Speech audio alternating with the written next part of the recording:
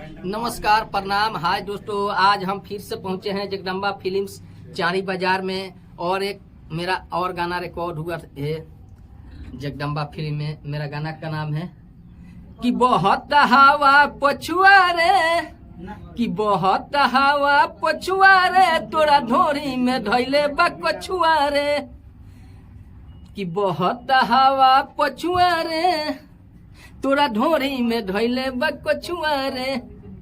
यही गाना है, तो गाना हम सुनाएंगे।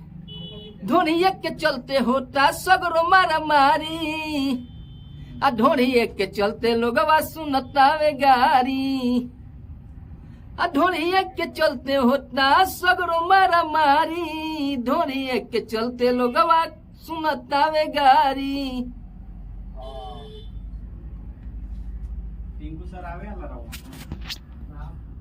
यही से दौड़े भंगतुआरे भंगतुआरे, एकरा ढोरी में धैले बा कछुआरे, आ बहुत हवा पछुआरे पछुआरे, एकरा ढोरी में धैले बा कछुआरे।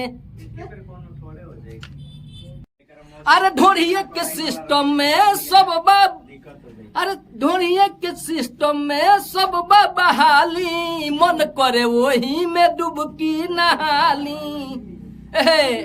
अरे ढोरिये के सिस्टम में सब बहाली, मन करे वही में डुबकी लगाली।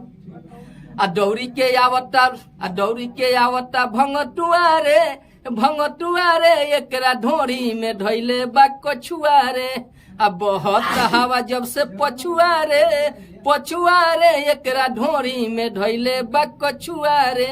ए भाई, ढोरी के गाना गोले बनी खिसी है मत, ढोरी के जे सुनत हुई हुए गाना सुनी।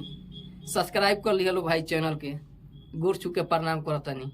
फिर अगला वीडियो में प्रणाम करम, ठीक बा? दोबारा प्रणाम करम भाई, सब्सक्राइब कर ले बता जाई वीडियो लगावा तो, ठीक बा। ओके, टाटा भाई।